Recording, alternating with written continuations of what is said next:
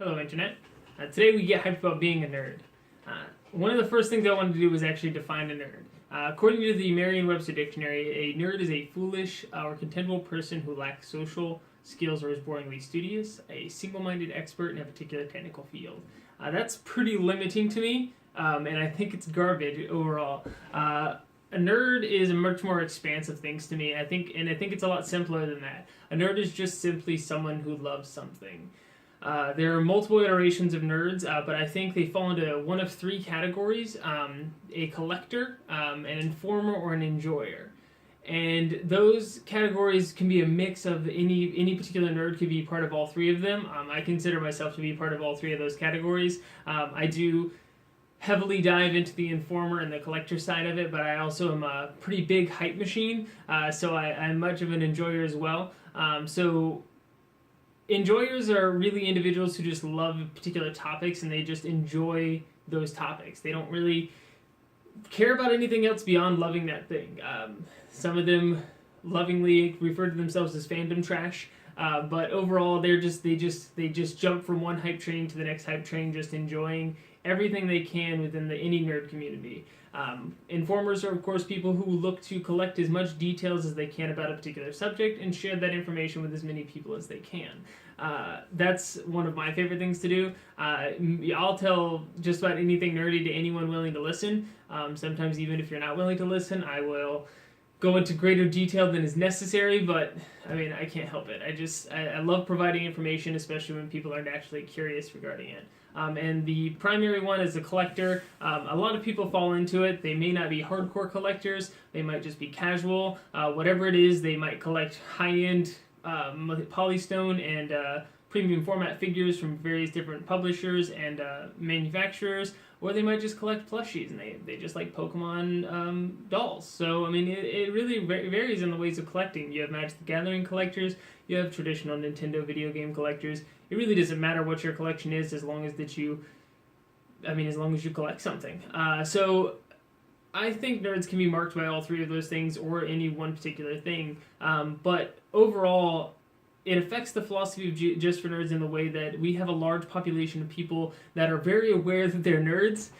They basically live, breathe, look, and do everything nerdy. They're your traditional nerds. They're the people that you can pull them out of a crowd and be like, yeah, that kid's probably a dork, and that's okay. There's nothing wrong with it. I mean, I've been a dork my entire life, and I absolutely love it. I don't think it's a derogatory term. I think it's endearing when people call me a nerd, and I know a lot of people who are in that vein as well.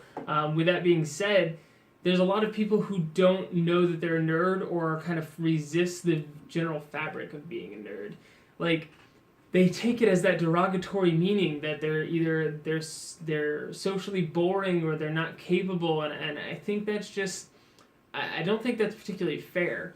Nerds really run the world these days. I mean, it's hard to find someone who isn't into a traditionally nerdy thing now, considering how ingrained it is into our pop culture from our television shows on Netflix and Hulu, as well as to the various different movies that are being released every single year that people flock to in the box office. We're looking at you, Marvel.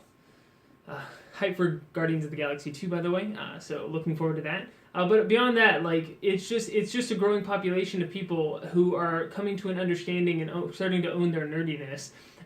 Those are the people we're really looking to focus on, as well as cater to the more traditional and hardcore nerds of the bunch, like myself, because, well, I mean, we don't want to leave you guys out. This is an all-inclusive community, so we want to make sure that traditional and non-traditional nerds understand that everyone is a nerd and everyone is welcome within that community. So I think that's a pretty big focus.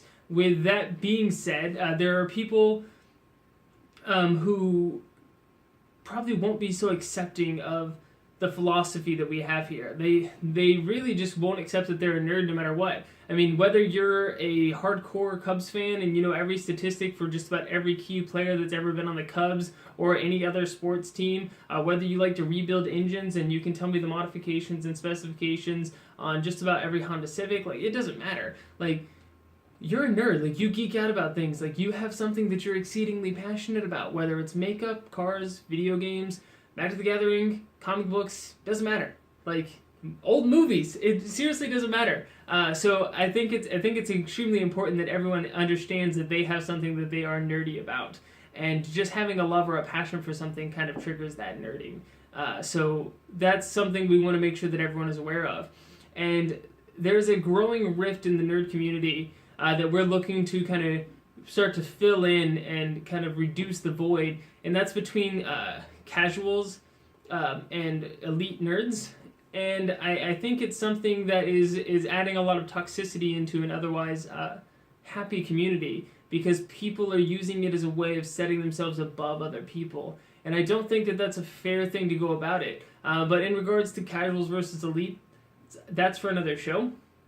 For now, we really just want to focus on kind of what the core goals are of Just for Nerds. So Just for Nerds is an ever-growing idea. We're hoping to eventually circumvent the nerd universe, as if the Flash will eventually do to DC Comics, if the writers ever learn how to write him. But Flash rants are for another show as well.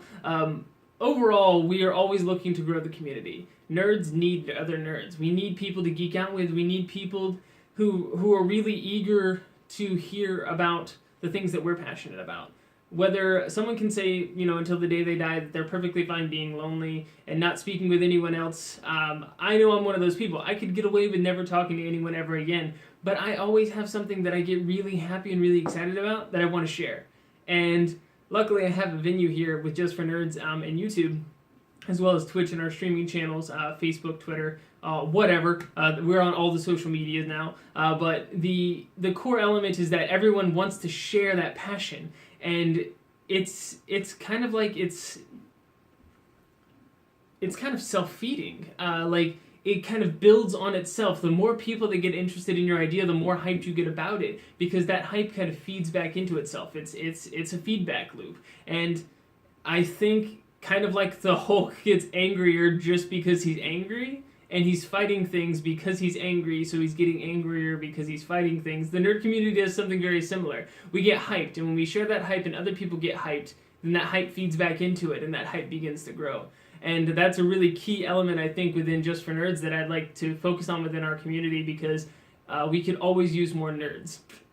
Because nerds will continue to build this community, and help us eventually really reach our goals of being a network and being an outlet for content creators of any kind to come on to Just for Nerds and begin to spread what they love, various different features on non-traditional and traditional nerddoms and geekdoms alike. So, I mean, I can't imagine anything else that is more exciting than that. But one of the final elements that I like to focus on within nerddom is kind of the element that I was just speaking about, which is to teach and be taught.